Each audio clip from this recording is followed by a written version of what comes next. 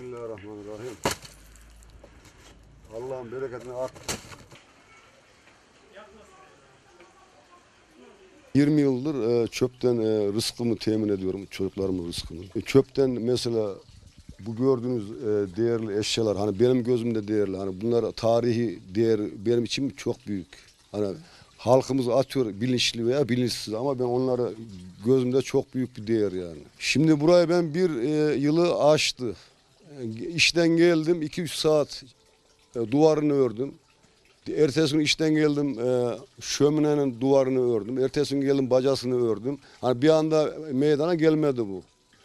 Emek bayağı var yani burada hani. Burada hepsi birbirinden değerli. Çocuğum kadar değerli öyle söyleyeyim.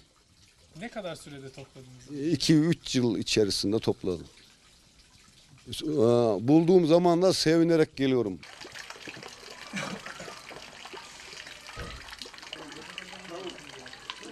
Ben rahat şekilde hani filanın oğlu çöpte, filan oğlu filan yerde desinler hiç umurumda değil. Ben alnımın akıyla helalinden onu da belirttim. Helal önce helal benim için. Çünkü ben 2 sene yatılı okuduğum için helal haramı ayıran kişiyim. O yüzden hani hiç önemli kimin ne dediği hiç umurumda değil. Ben ekmeği orada gördüysem çöpte onu alırım ben. Kimseye namerten muhtaç olmamak için ben onu alırım. Hani kim ne derse desin benim hakkımda düşüncelerim ne olursa olsun fark etmez.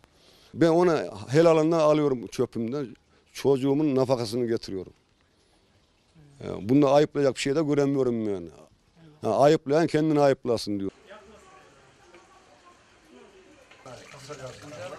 Kendine bu gördüğünüz yerler içinde kendine yapma. Kızım, oğlum.